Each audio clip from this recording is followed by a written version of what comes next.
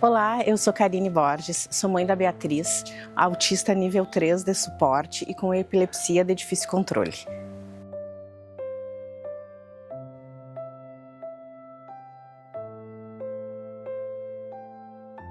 O processo entre tu ser mãe, eu já era mãe, né? Já tinha a maternidade, e ser mãe atípica, ele é algo que transforma completamente a tua rotina. Foi algo que mudou muito, eu entrei num mundo novo, num caminho que eu não conhecia, que eu não sabia qual seria o rumo desse caminho. E no início para mim foi muito difícil, porque quando tu tem a gestação, tu acaba tendo planos, né, para os teus filhos, e tu te depara com aquele mundo novo, algo onde tu não sabe o que está por vir. E então, assim, a maternidade atípica, ela chegou, eu considero que ela chegou na minha vida, assim, devastando. Ela chegou e acabou mudando tudo, trazendo um novo, e um mundo novo realmente, né, de muitas descobertas, onde eu comecei a descobrir outras coisas, conhecer outras pessoas, né, outras famílias, e hoje em dia o meu mundo, ele gira em torno, né, da Beatriz e de tantas outras famílias atípicas. O diagnóstico da Beatriz, foi considerado um diagnóstico precoce há 18 anos atrás, né? Ela foi diagnosticada com 1 ano e 6 meses. Na época foi um laudo de autismo nível 2 de suporte. Com o passar dos anos, por ela ter epilepsia de difícil controle, acabou ficando cada vez mais difícil, mesmo a gente tendo descoberto cedo, né, precoce, com 1 ano e 6 meses. A Beatriz, ela é uma autista nível 3, como eu já falei, e tu lidar com o autismo nível 3, ele é algo completamente difícil, não é fácil. Ele não é romântico, eu também gosto muito de falar sobre isso, sobre a questão do romantizar o autismo. Eu não romantizo o autismo, nem a maternidade atípica, porque a maternidade atípica, junto com ela vem uma sobrecarga, muitas vezes uma falta de rede de apoio, né? Tu te sente sozinha ali, porque tu vê a exclusão, né, tanto do teu filho quanto para ti também, como mulher, como mãe, e tu te sente isolada, te sente sozinha. E o autismo nível 3, ele, como eu falei para vocês, ele não é romântico, ele é bem difícil, é algo delicado. A Beatriz mesmo, e as mães, eu sempre falo sobre isso, porque as mães que convivem, ou o cuidador que convive com o autista nível 3 de suporte, ele sabe as coisas, tudo que acontece, né? A gente vive no meio de crises.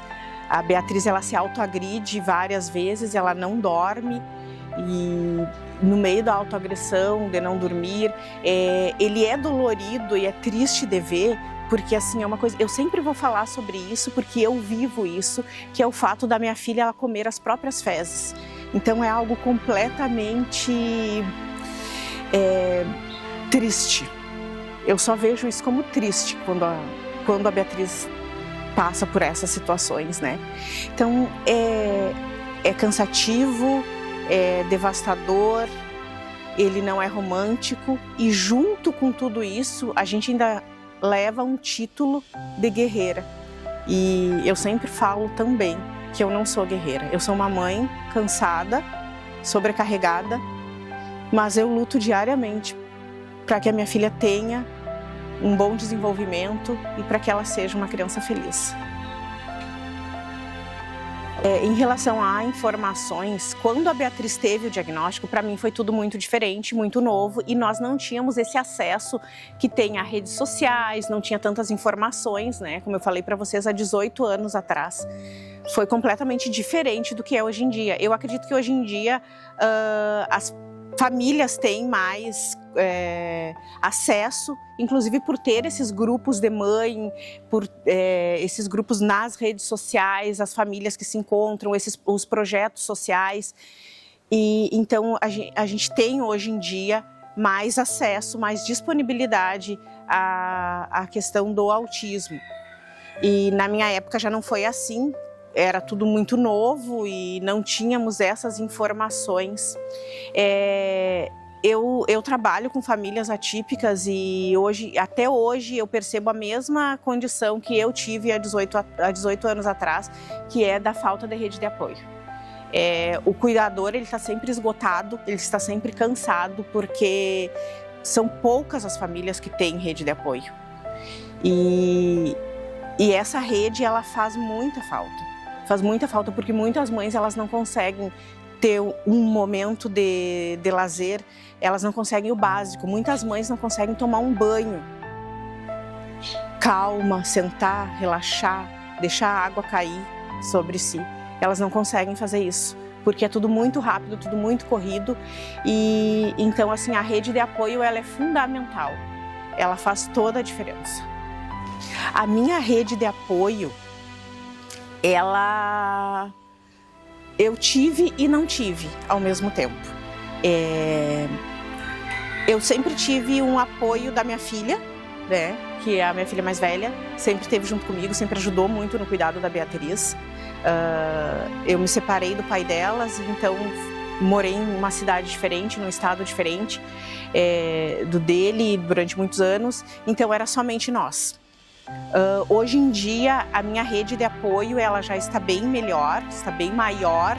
Isso me ajuda muito, isso fez até com que eu estivesse aqui gravando com vocês, porque eu tenho uma rede de apoio. Hoje em dia eu tenho um companheiro que está com a Beatriz neste momento, então é isso que eu digo, tem momentos, eu já tive momentos da minha vida que eu tive que esperar a Beatriz dormir para me poder tomar um banho e me alimentar, mesmo passando por horas e horas de cansaço, noites e noites, e hoje em dia eu já estou conseguindo fazer isso.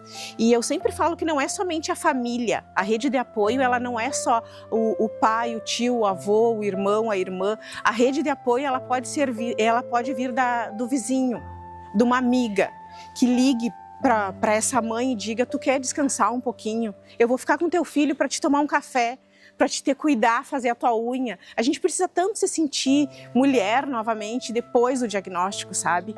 Então, assim, eu sempre falo para as pessoas que conhecem uma mãe atípica, doa um minuto do seu tempo, um dia, uma tarde, para essa mãe dormir um pouquinho, para ela descansar, para ela se cuidar, para ela ter o mínimo. Porque tu vai fazendo toda a diferença, tu vai estar salvando uma vida.